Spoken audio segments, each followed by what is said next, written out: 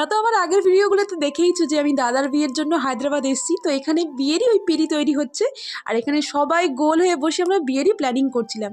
আর এদিকে আমরা প্ল্যানিং করছি, আর যার বিয়ে সে করছে অফিসের কাজ। মানে সে একটা কথার কথা আছে না, যার বিয়ে তার হুঁশ নেই পাড়াপড়শির ঘুম নেই। এইখানে এক্স্যাক্টলি এমনই একটা সিচুয়েশান তৈরি হয়েছিল। তারপরে আমরা একটা ওর বিয়ের কার্ড নিয়ে ভিডিও শ্যুট করছিলাম, এখন সবাই যেরকম করে আমাদেরও ইচ্ছা হলো। তারপরে একটু স্ন্যাক্স খেয়ে, লোকাল খাবার খেয়ে আমরা হাঁটতে বেরিয়েছিলাম। ওদের বাড়ি ওই আধ ঘন্টা মতো হেঁটে গেলেই না এয়ারপোর্ট। তো ওই বিকেলবেলা হাঁটতে হাঁটতে গিয়ে প্লেন দেখতে কার না ভালো লাগে বলো, তো ওই জন্যই হাঁটতে যাই। প্লেন তো এখানে প্রচুর দাঁড়িয়েছিল ঠিকই, বাট জায়গাটা এত সুন্দর যেন আসতে ইচ্ছা করছিল না।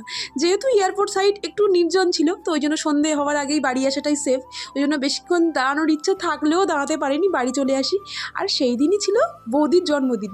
ওর এবার ডেস্টিনেশন বার্থডে সেলিব্রেশন হয়ে গেল, তো এবারে জন্মদিনটা ওখানেই সেলিব্রেশন হয়েছে।